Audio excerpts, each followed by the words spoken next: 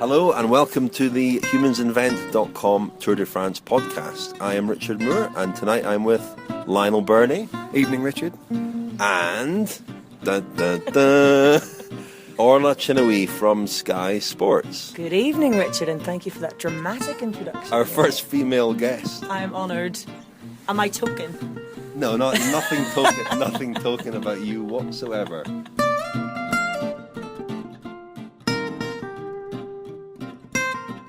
Okay, so here we are on the top of Alpe d'Huez, and Lionel, you can maybe tell us exactly where we are. We are outside Chez Juliette, a bar restaurant, and we're sitting on the decking in deck chairs in the cold. A few of the deck chairs were wet, weren't they? So we had to wipe them down before we could sit on them. They're dry now. Excellent, we're just waiting for our drinks. So we've got a lot to talk about today's stage. We're going to talk about today's stage in the first part, then we're going to have a ramble about Alpe d'Huez in the second part. Stop laughing, Orla. You're a professional broadcaster. Default, yes. Not only are you our first woman, you're our first professional broadcaster. Well, this is why I'm laughing. I'm high on excitement. It's a big moment for you, isn't it? Big This could be your big moment. break. Yeah, I'm nervous right now.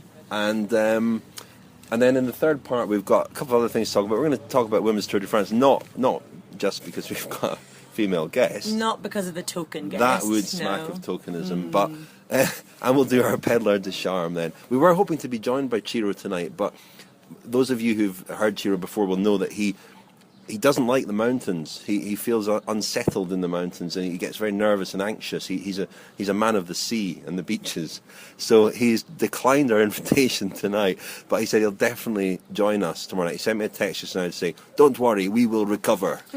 Tell him we're in deck chairs because that might make him feel a bit more at home. Our beers have arrived. You're listening to the Tour de France podcast with humansinvent.com and Sharp.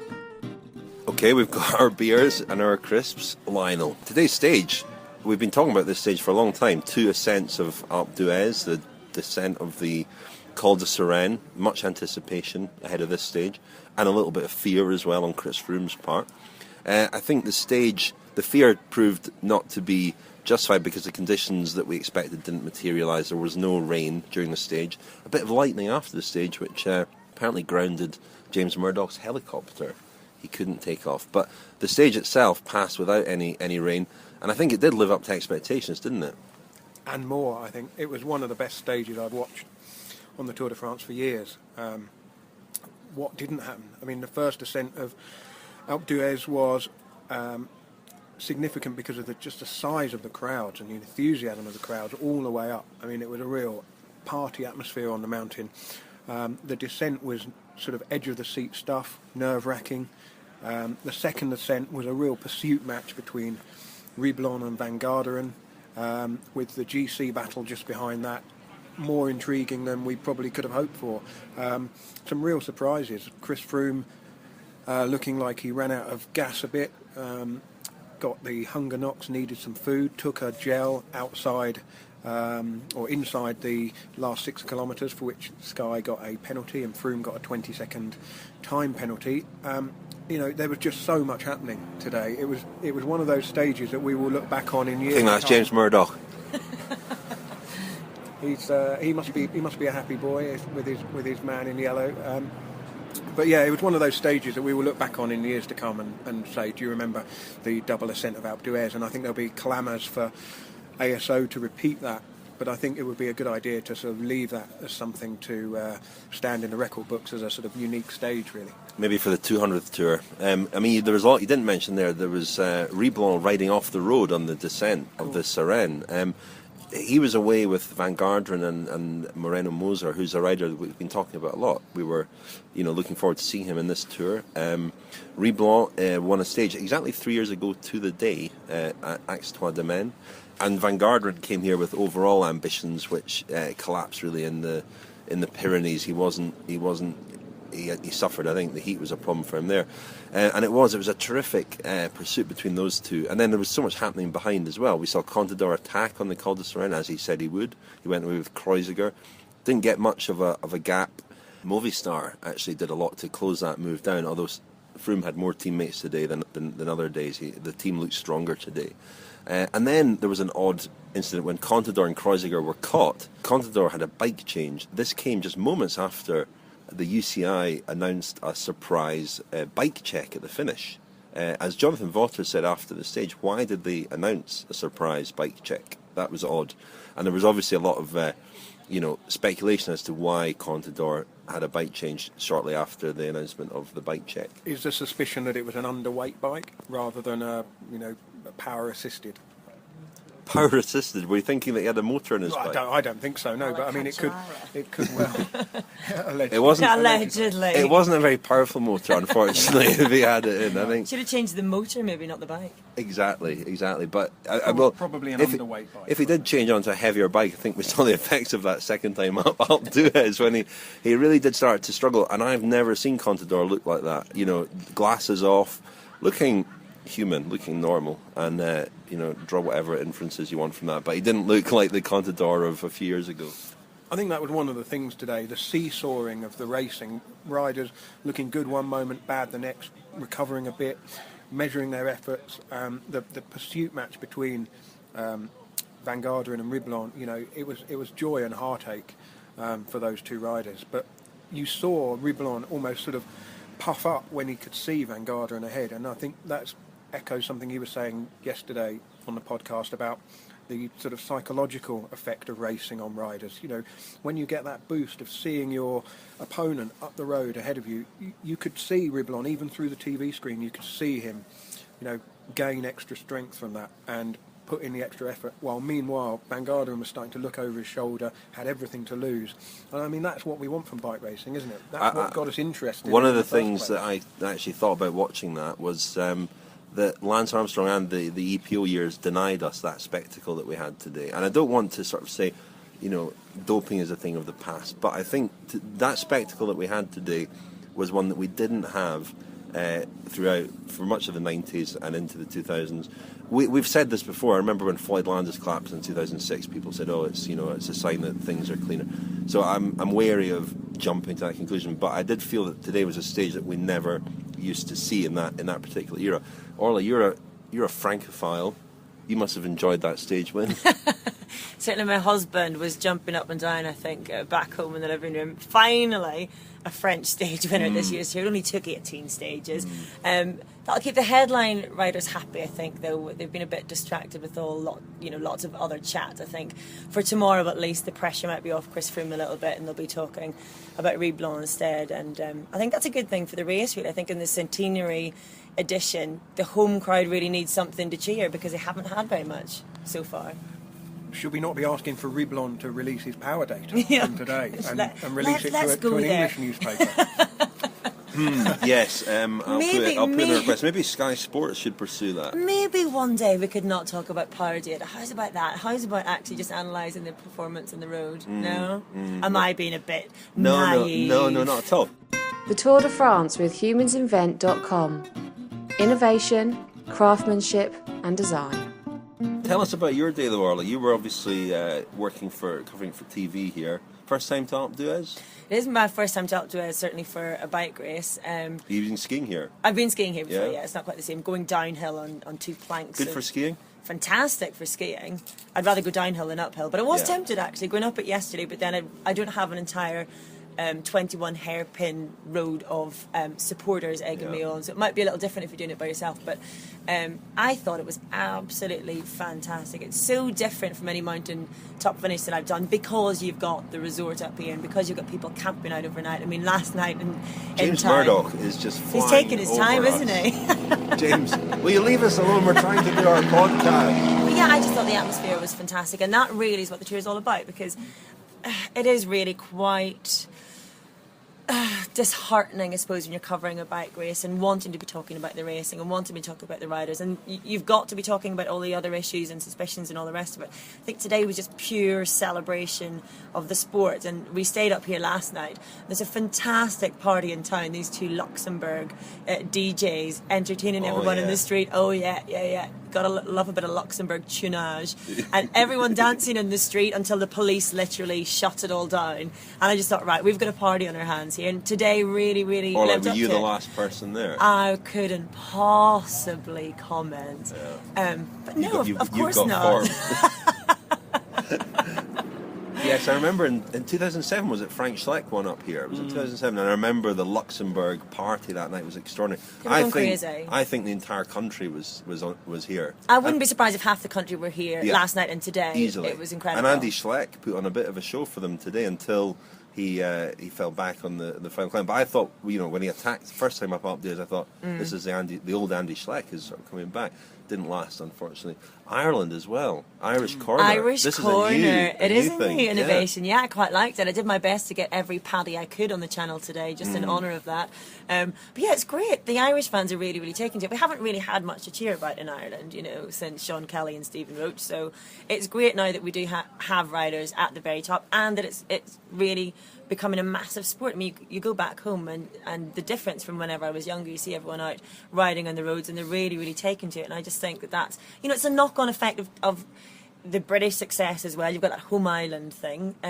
So yeah, it's great. I hope one day we can rival Dutch corner and have a bit of rivalry going on there. It wasn't Irish far corner. off. Irish corner was great. It was all green. The tricolours were out. Everybody was.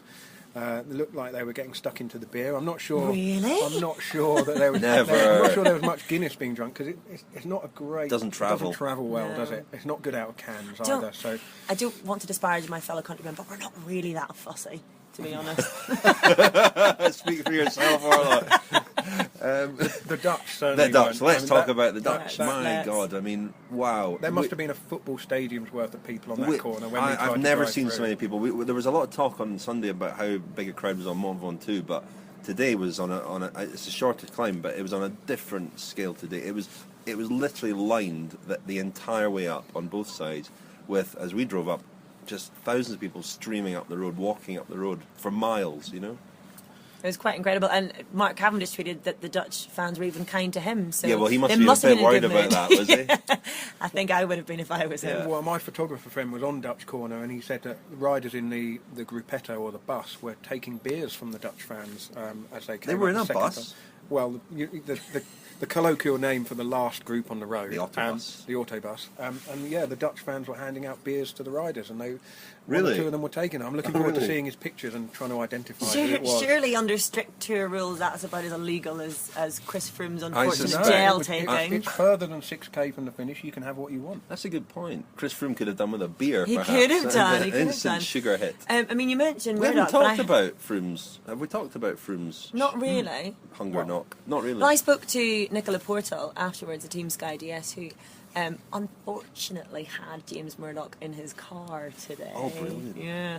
So that must have been made for interesting chat. But Nico was very open. He said, he went up to the commissaires actually just as we were about to go live on Sky Sports and promised he'd chat to us afterwards.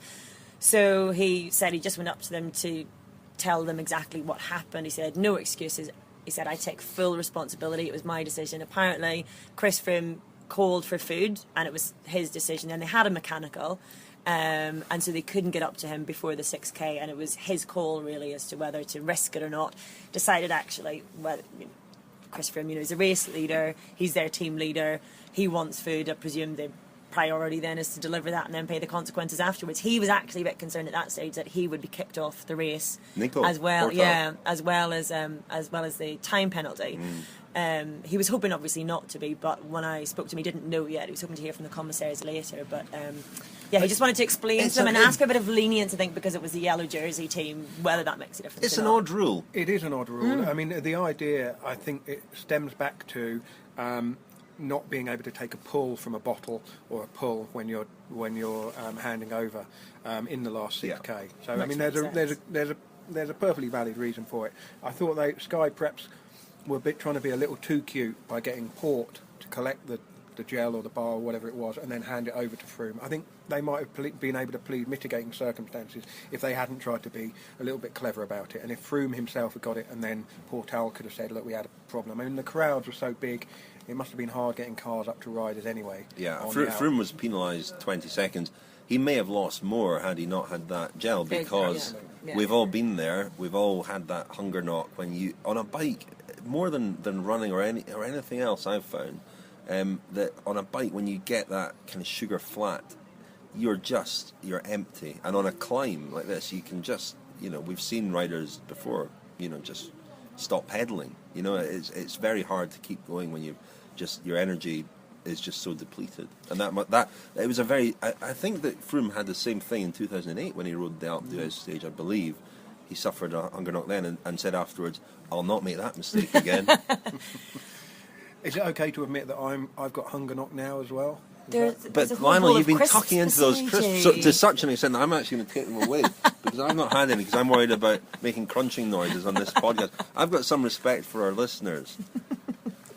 I might get criticism, but I think Nico did the right thing. I think if you've got the race leader in your team, he's asking for food, and as you say, it can have a massively detrimental effect on the rest of it. He really needed to keep his lead today. Fair enough, he's within the last 6k, he was safe enough. But if he's going to lose more than those 20 seconds, then what would you do? I think the smart man would go up. Yeah, the thing with the rule is that the penalty is usually 20 seconds for that offence, and if you're an hour down, it doesn't make any difference whatsoever. If you're in the top 10, it makes a huge difference. But so it's not even quite a fair kind of rule. Yeah. The penalty isn't quite fair because if a certain strategy, you can't second guess when your rider's going to need something to eat. No. And if that had happened to somebody in the middle of the pack, it wouldn't be an issue. It was at all. surprising though. What surprised me was that just before that, Froome had looked so full of energy, and in fact he was encouraging Quintana to ride just a few hundred metres really before he suddenly.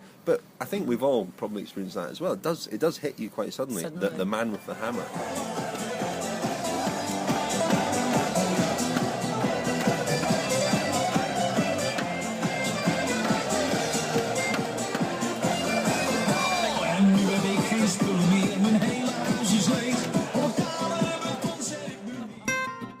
This is the humansinvent.com Tour de France podcast, powered by Sharp.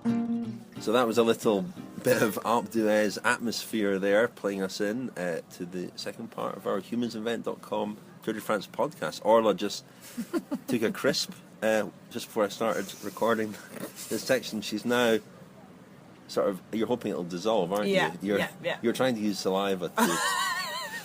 Thanks for that beautiful description, We've all been there Richard. as well. Anyway, it's very considerate It's of gone you. down. We're fine. Just keep away from Lionel. As you were.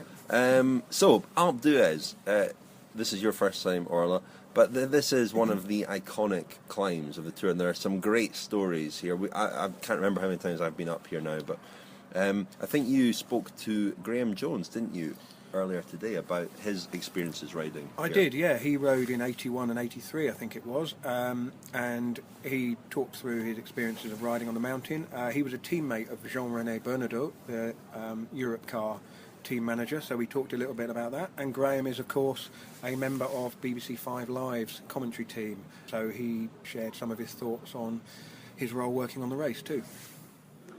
Okay, I'm here with Graham Jones. Graham rode the Tour several times. Best result was in 1981, finishing 20th overall.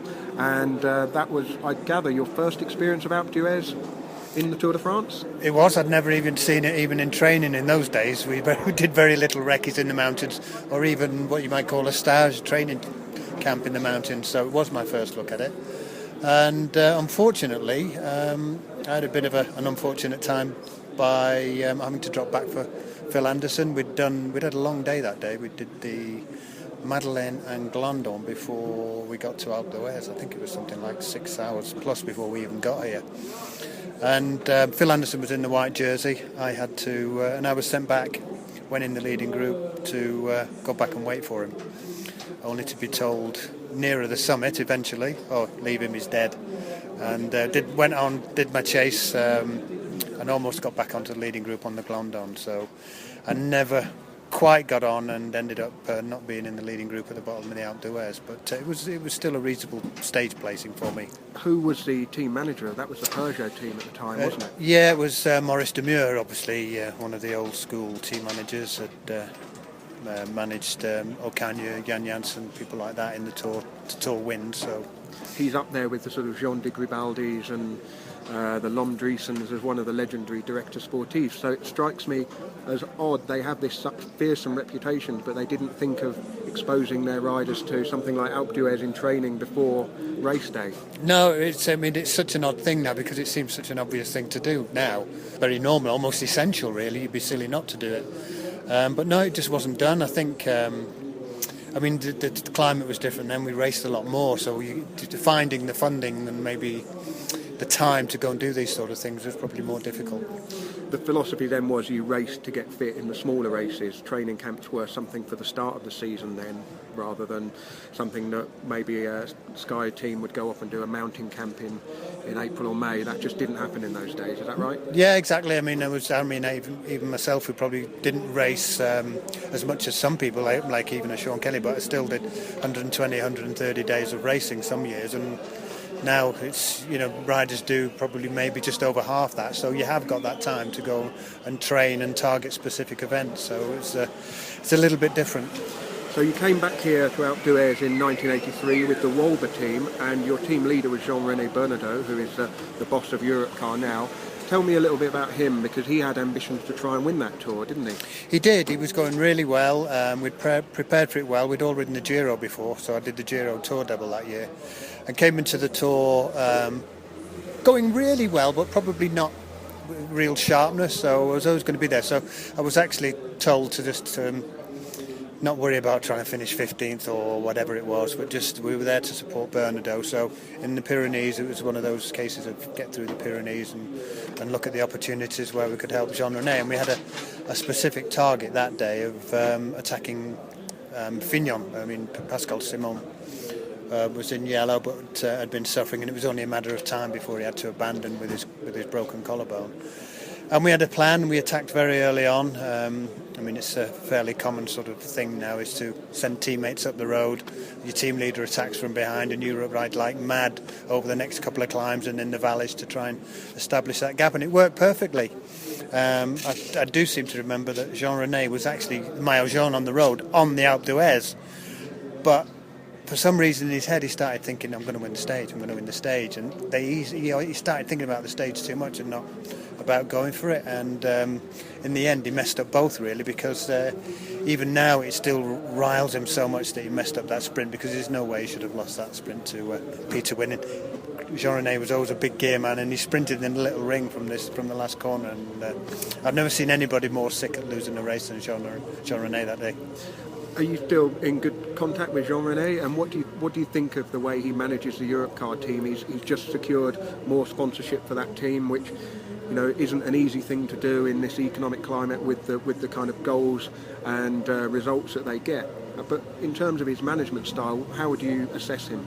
I think he's great for the sport, and you won't meet a more enthusiastic man about the sport than ever. When he retired, when Walber pulled out, he spent a lot of time trying to get System U team going. That was the first appearance of the System U team. It later developed into the bigger System U team, but he had that in his mind already. And then when he retired from racing, he went into the Vendée U, the amateur scene, and eventually developed into the pro scene. And I'm astonished at how well he does every year to find the sponsors and keep going. And all credit to him. He doesn't necessarily go for all the big riders, stars all the time, but he very much supports the French riders in his teams, and it's great to see that he can still exist.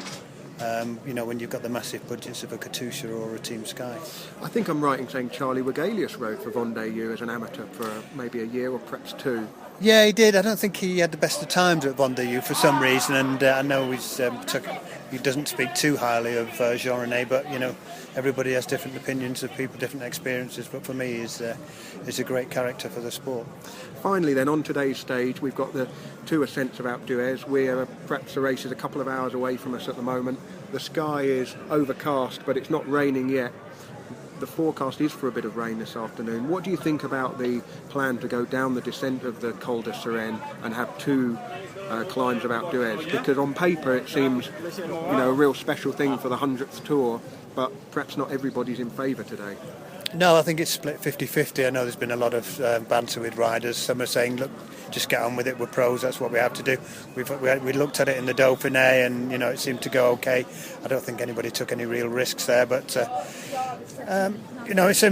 Alpe d'Huez is not the hardest col in the world. It's this mythical, place where everybody goes to. It is the most famous climb in the Tour, but it's not the hardest. I did an interview with Bernardino the other day, and I said to him, "What's the Alpe d'Huez?" And he says, "Well, it's a mythical climb. It's not the hardest. It's not the Glandon. It's not the Tourmalet or the Galibier, but it's got this thing about it." And he said the fact of going up in it twice is no different than going up any other 2 cols in the Tour, except that it's Alpe d'Huez. So it's going to have a massive, massive atmosphere on the climb. So I think it will be a great spectacle. I think the ones who will be looking forward to it at least will be the ones who are out the back, really, the autobus, going up it once and then thinking I've got to go up it twice. That can be pretty hard.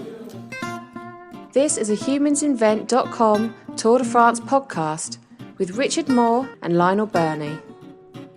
That was Graham Jones. We've all had our energy gels while we were waiting for him. I sent my Richie Port, Lionel Burney, back to the team car for fetch some sustenance. Yes, so Alpe d'Huez, we were mentioning... Oh, Lionel, come on.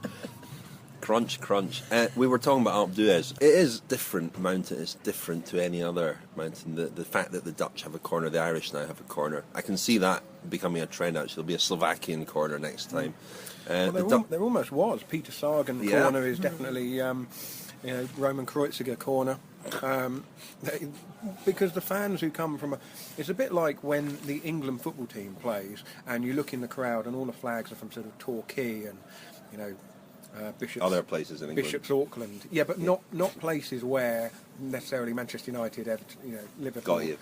And there is something about that. The Luxembourgers are still here in huge numbers, despite the fact Frank Schleck isn't here and Andy Schleck is today apart riding like a sack of spuds. So is that an Irish reference? Is that because I'm here? No. Because that's racist. I have Irish heritage, so the joke's on me. Nobody could ever compare you to a sack of spuds, Orla. But Alpe d'Huez, I was thinking back to some... I'm going to tell a story now about one of the more infamous ascents of Alpe d'Huez. Lionel, don't look at me like that. Should I not tell this story? No, this is good. I'm sitting back to listen. All right, okay. That's is his good. Jack and Ori Was it position. 1978, I think? And it was the year that Lucien Van Impe, the great Belgian climber, won the race overall. No, he won it in 76. No, it was Bernardino on his debut. Apologies. In 78. But the tour I'm talking about was in 76 then, wasn't it, with Pelletier? No, 78. 78. I don't know why I'm... He was a teammate of Sean Kelly's. Yeah. It was Sean Kelly's first tour. Yeah. Freddie Martins were on the team. Okay, Lionel, Flandria was show off. a This is a good story of yours, Richard. It's really good. I'm really I don't know enjoying why I had the a sort thread. of mental block there over what year it was, but it's 78. You're absolutely right. And Michel Pelletier, the Belgian, won up here, crab-like Belgian. He wasn't a super stylist. He was a bit sort of, dare I say, Dan Martin-esque in his style on the bike. And he won up here. He then went for a drug test, and he was caught with what was politely described as apparatus on his person, which has always been reported as being a bulb of clean, i.e.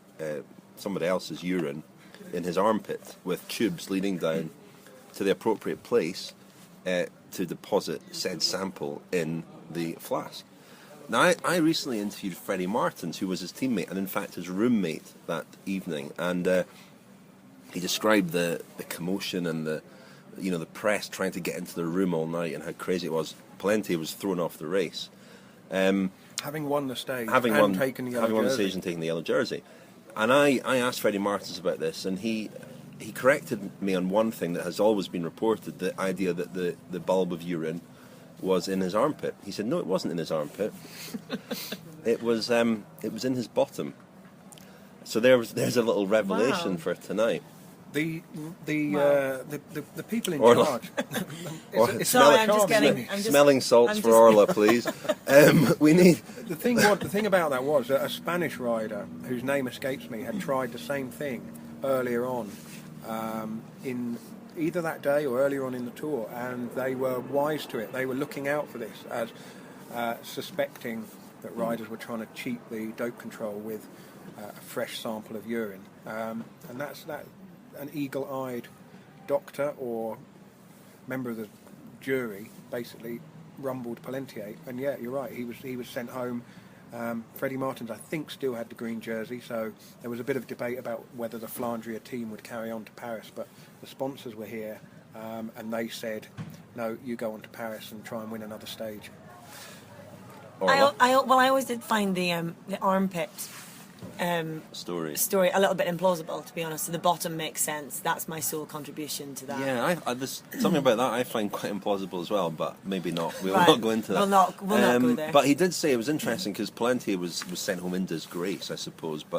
And he had to serve a little suspension, which meant he missed a lot of the post-tour criteriums. He was still invited by the organiser of those criteriums to turn up to put in an appearance. The public, it didn't alter at all their perception of him, and he would be required to sort of turn up and wave at the crowds and stuff. It was a different time, I think. Well, isn't that often still the case, though, depending on the country, depending on the rider, and depending on where the race is? I don't think we're at the stage whereby dopers are Well, I remember when shunned Contador was serving his suspension, he would be appearing at Spanish races sometimes. And you only have to look at some of the riders that were allowed to the start line of the Giro d'Italia. Yeah. There was no surprise when they were caught, so the fact they were allowed to start at all, I don't think it's changed all. It's obviously changed a lot, but probably not as much as we would like to think it.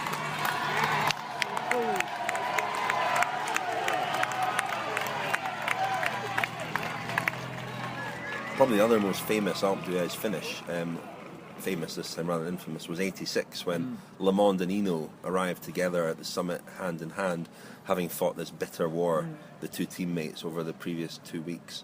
And that was a very famous finish. L'Equipe recreated that, actually. In today's paper, there was a picture of Le Monde and Hinault a couple of weeks ago crossing the summit hand in hand again, which was incredible to see.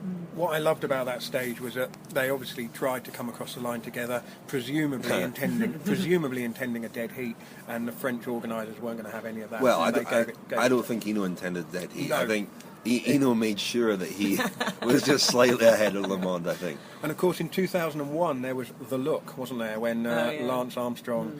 I know, apparently that didn't happen, according to the record books. It now hasn't happened, but when it had happened... He didn't happen. It now hasn't the look happened. from someone who... The non-existent look from the Didn't actually non-existent happen. rider. Yeah. It didn't actually happen. Yeah.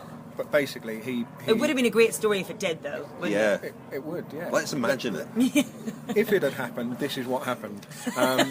He kind of sandbagged earlier in the stage, didn't he? Tried to pretend that he was suffering and that he had a bit of hunger knock. Is that what Froome was doing today, didn't it? Well, I don't think so, no. Let's not go there with the comparison. No.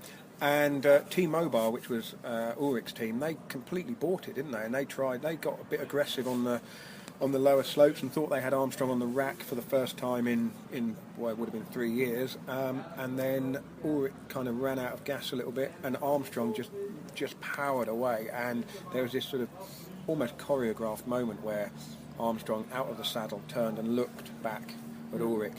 And then just left him for dead, really. And that was also the day I'm going to out myself. Oh yes, here. brilliant! This is a great story. Also the day that I rode up Alpe d'Huez in full US postal kit, including socks and gloves, I think. Before the yellow wristbands, unfortunately. Before the yellow wristbands, yeah, I didn't have one of those. But yeah, full US postal kit. It was a bit of an experiment because that tour, 2001, was kind of when Armstrong and the French had fallen out a bit. Earlier in the year, Armstrong had announced his race programme for the season and very pointedly had left off every French race. So he wasn't going to do Paris-Nice, he wasn't going to do the Dauphiné.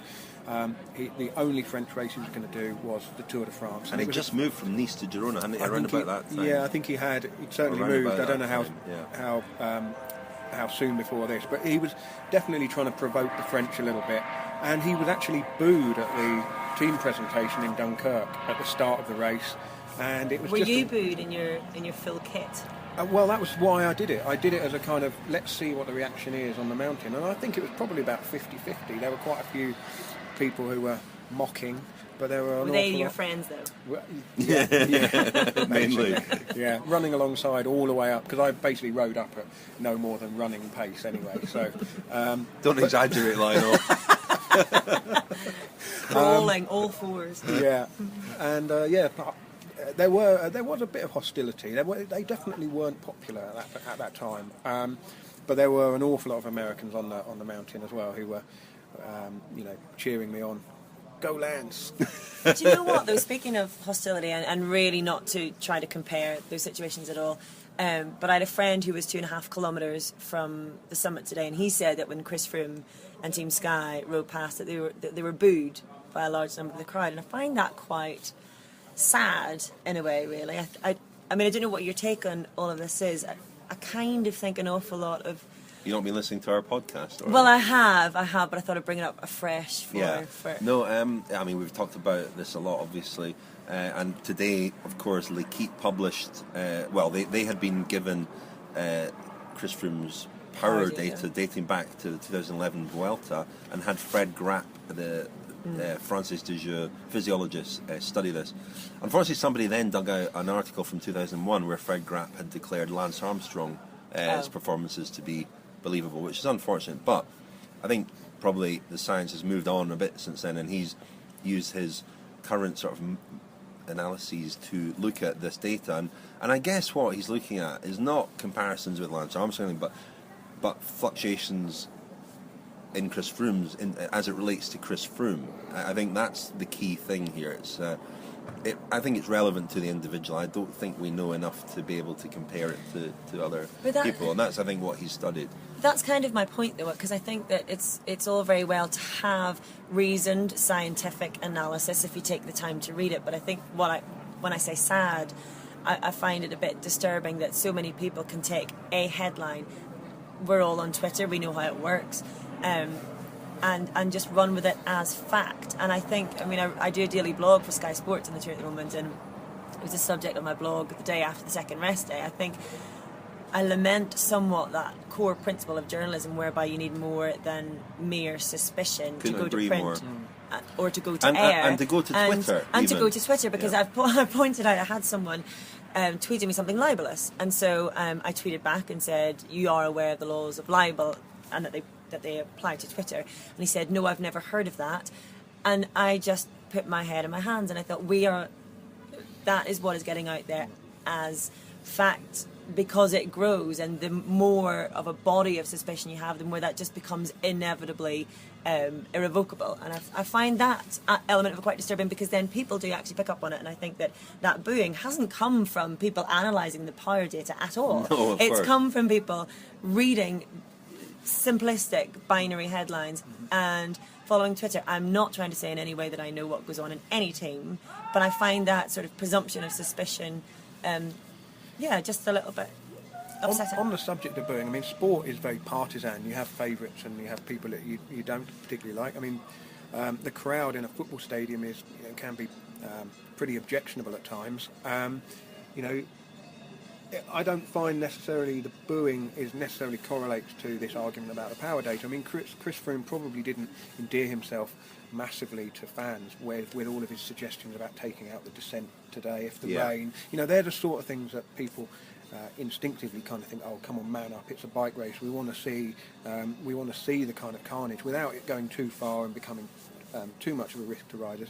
I think the problem with booing is that it becomes a story in itself, and it did become a story early on when the report of Chris Froome being booed at a sign-on suddenly grows a life of its own, as if that's demonstrative of his unpopularity with a wide group of people. It was at best a handful of people. Basques, Euskaltel supporters. Yeah. And so to what extent then are we, and I use we in the collective, responsible journalists, reporters, because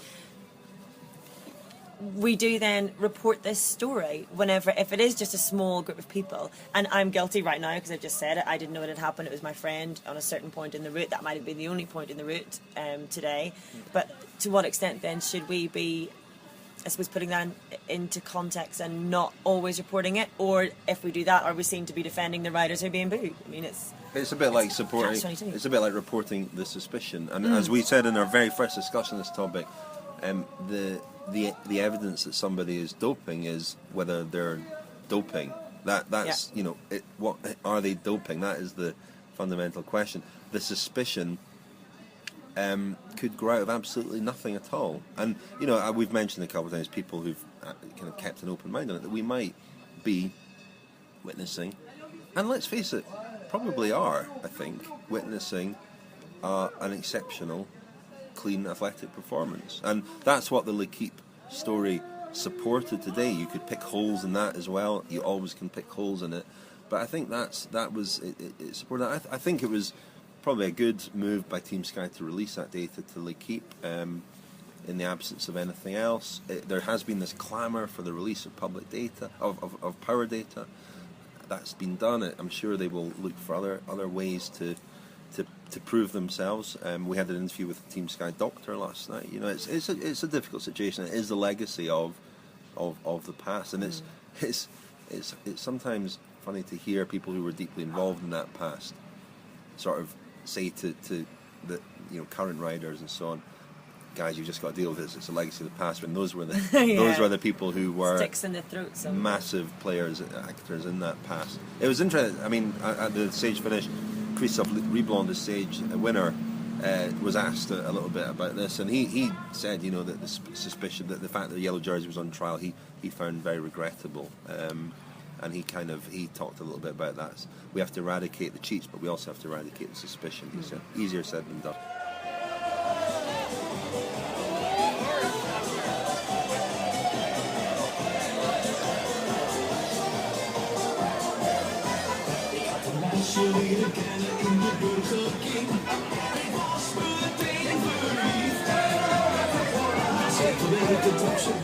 So here we still are, Lionel, Bernie and Orla Chennaoui for the humansinvent.com Tour de France podcast. Let's talk briefly. We've got a couple of things to get through. One is our famous peddler de charme.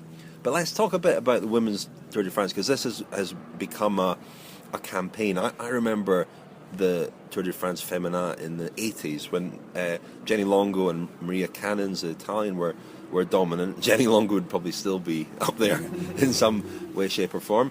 And, for a while, I remember in 84, maybe 85, they shared the podium in Paris with the men, and there was a sort of...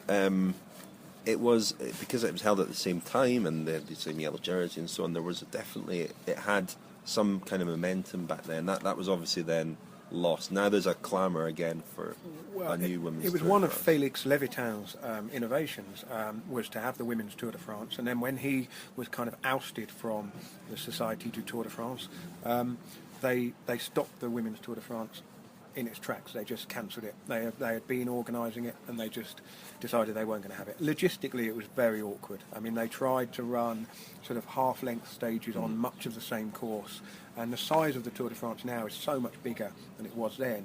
They'd have to be a bit creative about how they did it. I don't really see how that couldn't happen, and it would give people, so much more entertainment. I mean, I just don't see how it can. When you consider that stages start about midday or 1 o'clock, there's a whole morning, and the roads are being closed all that time anyway, pretty much. I think it would be absolutely fantastic. I'm always surprised in a way when it comes to the Tour de France as a spectator, just at the massive build-up that you get all day, and everyone's really excited, and they're phoning their friends or watching on TV, and how far away is the peloton. They see the helicopters coming overhead, and they know that they're on their way, and then it's over in a few minutes, and everyone goes home.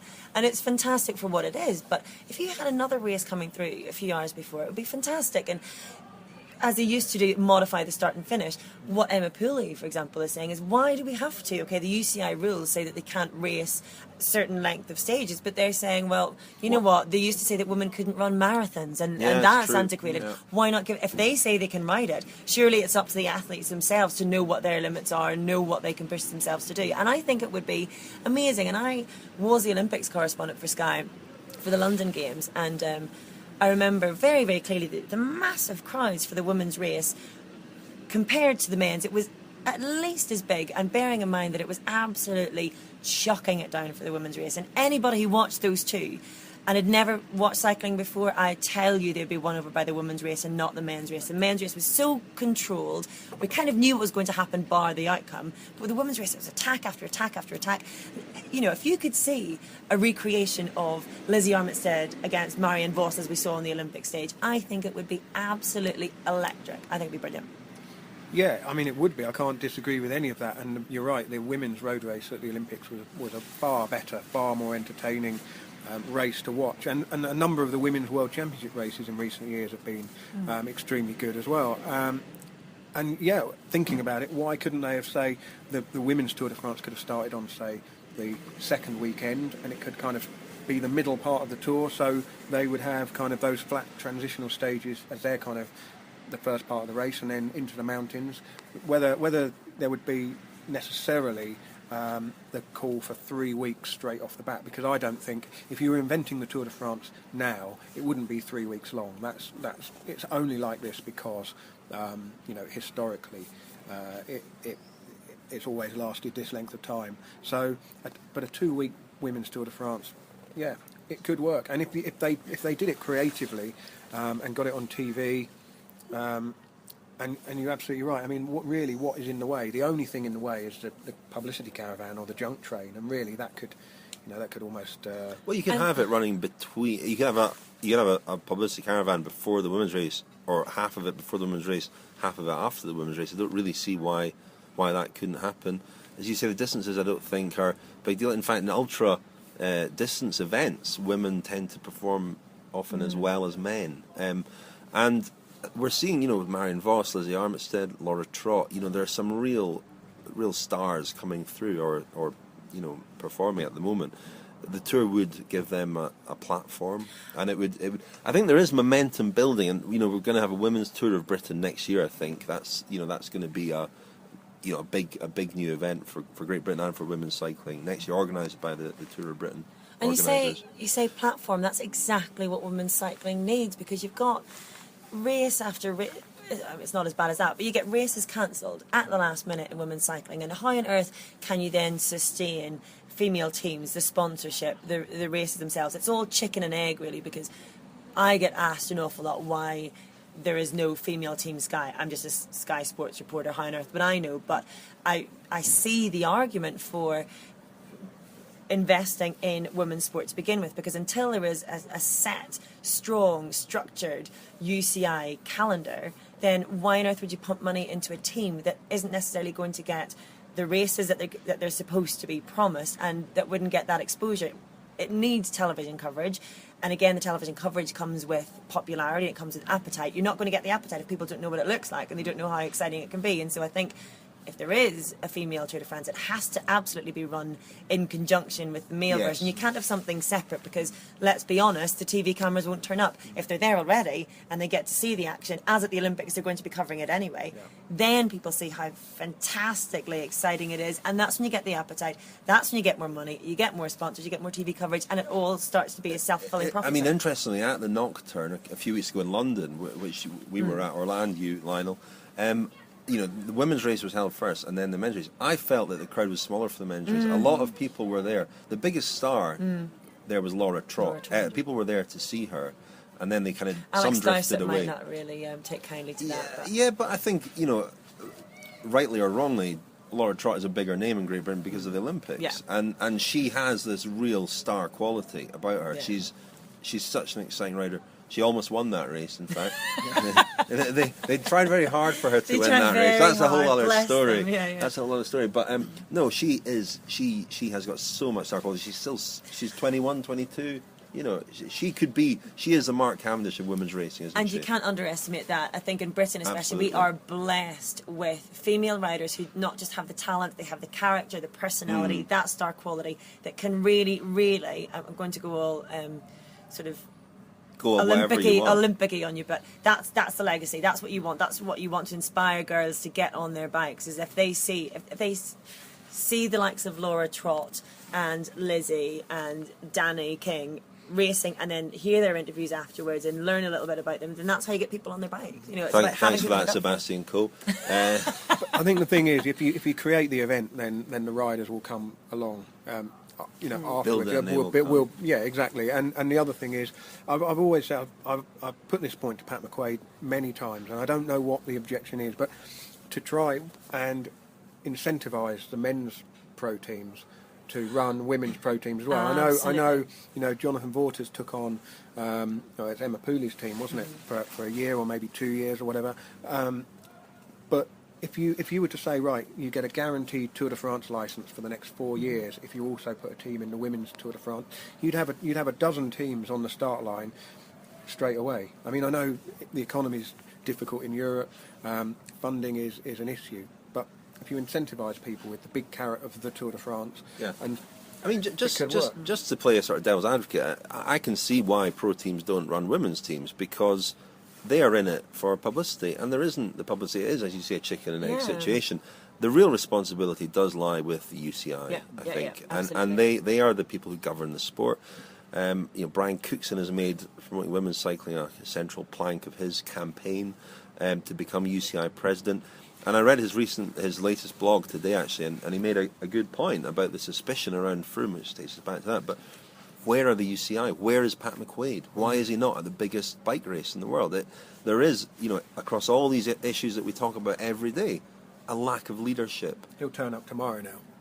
He's coming back at the weekend, I think on Saturday and we're getting him Sunday. on the podcast. Right, listen, we've got to get off this mountain. We've got to drive to Aix-les-Bains. I'm staying for the party, so I don't really Well, you've got care. the Luxembourg party, haven't I you? do indeed. Yeah. 2 nights in a row. Oh, yeah. We're not gonna. We're gonna be late, Lionel. Just get over it. I think we can get another bowl of crisps. It's okay. Peddler de Charme. Let's hear from Chiro. And now, Peddler de Charme. Thank you, Chiro.